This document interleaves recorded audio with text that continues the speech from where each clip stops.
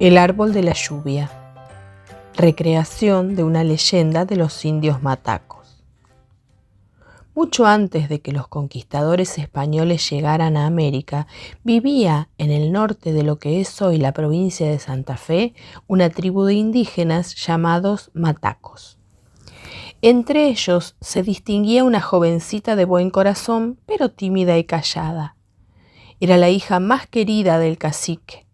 Como era muy bonita, la llamaban Sisa, que en su idioma significa flor. Todos la querían porque, además de su dulce carácter, sabía curar a los enfermos y tenía mucha paciencia para cuidarlos.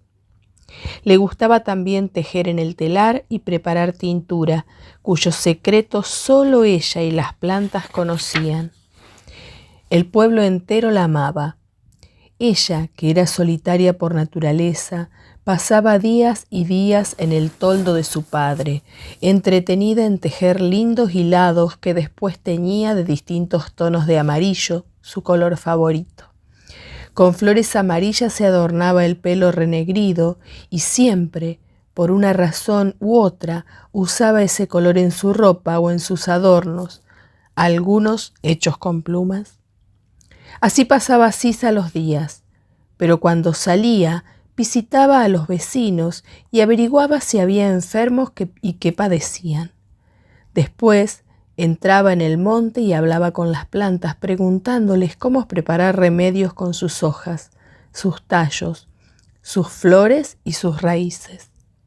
A cambio, Sisa, o Flor, cuidaba del bosque, cortando las ramas secas o enfermas que debilitaban a los árboles y arbustos, o regándolos en épocas de sequía. Se podía decir que la jovencita era una bendición para la tribu, pues cada vez que salía de su choza, al día siguiente llegaba la lluvia que tanto necesitaban.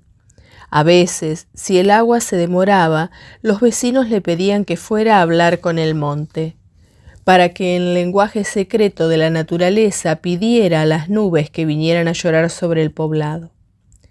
Sisa, entonces, danzaba entre los árboles para pedirle a los espíritus del viento que trajeran tormentas que acabarían con la sed. Pero un día la joven enfermó de algún extraño mal que ni los hechiceros de la tribu podían curar. Tuvo que permanecer encerrada en su vivienda, inmóvil en la oscuridad, tan débil que su padre no permitió que la sacaran para pedir que lloviera. Los matacos, tristes y asustados, rogaron a los espíritus buenos y le hicieron ofrendas, pidiéndoles que se compadecieran de Sisa. Pero fue como si le hubieran vuelto sordos. Nada ocurrió. La sequía comenzó a atormentarlos. Las nubes cruzadas de relámpagos, cargadas de truenos, pasaban sobre el poblado sin derramar ni una gota. La tierra se abrió como si se hubiera enfermado y el aire se volvió turbio por el polvillo que levantaba el paso de un hombre o la brisa. A los niños y a los viejos les costaba respirar y los animales partieron hacia regiones más verdes. La tribu sufrió hambre y sed y los más débiles murieron. El río que siempre los había alimentado, que les había dado de beber y había limpiado sus cuerpos, se convirtió en un cauce barroso y hediondo, donde los peces que no habían podido bajar hasta el río Paraná morían a montones. Mirando a su alrededor, los matacos comprendieron que tendrían que levantar sus viviendas y marchar hacia otras tierras, donde sin duda serían atacados por tribus que los considerarían enemigos. Sisa, mientras tanto, comenzó a secarse como una flor al sol, hasta que un día llegó el viento del norte y se llevó su alma. Desesperado, los habitantes del pueblo lloraron pidiendo a la madre tierra que le devolviera la vida, pero fue inútil. El silencio, el viento, el calor y el polvo le contestaron. La enterraron cerca del poblado y cuando bajó el sol, solo se oyó en la oscuridad el llanto de los que tanto la querían. Sin embargo, al amanecer del día siguiente, una mujer que salió de su choza levantó la vista y, asombrada, vio un arbolito desconocido que había crecido cerca de la tumba de Sisa durante la noche. Cuando se acercó, curiosa y con un poco de miedo, descubrió que sus ramas colgaban en forma de campanitas de un amarillo fuerte, el color que tanto le gustaba a Sisa. La mujer despertó a todos con sus gritos, diciéndoles que salieran a ver el milagro, y el pueblo entero se juntó ante el árbol que en medio de la tierra agotada lucía hermoso, fresco, florido, como si no necesitara del agua para vivir.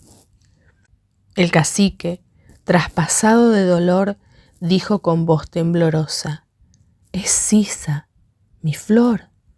Pero el brujo de la tribu sentenció: «Es un regalo que nos mandó Sisa». Ese día no sintieron hambre ni sed. Se encerraron en sus viviendas para rogar a los dioses que aquel arbolito, como antes la joven, les mandara lluvia. Pasó la noche y fue como si nunca fuera a llegar el día, hasta que alguien se dio cuenta de que no se veía la luz de la mañana porque los negros nubarrones pesados de agua iban cubriendo lentamente el cielo. La tormenta se desencadenó en cataratas y la lluvia duró varios días. Los matacos volvieron a oír el sonido del agua que bajaba desde el Chaco, devolviéndole los peces y el sustento. En poco tiempo los animales regresaron al monte y el clima volvió a ser lo bastante bueno como para que la tribu pudiera vivir en paz. Y durante siglos aquel arbusto, regalo de Sisa para algunos, Sisa renacida para otros, crece en una gran región de Santiago del Estero, Santa Fe y el Chaco, asombrando a todos con su caprichoso comportamiento. Cuando va a llover, sin importar que sea invierno o verano, otoño o primavera, se llena de campanitas amarillas que anuncian la llegada del agua. Del libro El guardián del último fuego y otras leyendas argentinas de Cristina Bajo, compartimos El árbol de la lluvia. Esta historia y muchas más podés buscar en la Biblioteca Popular Alas.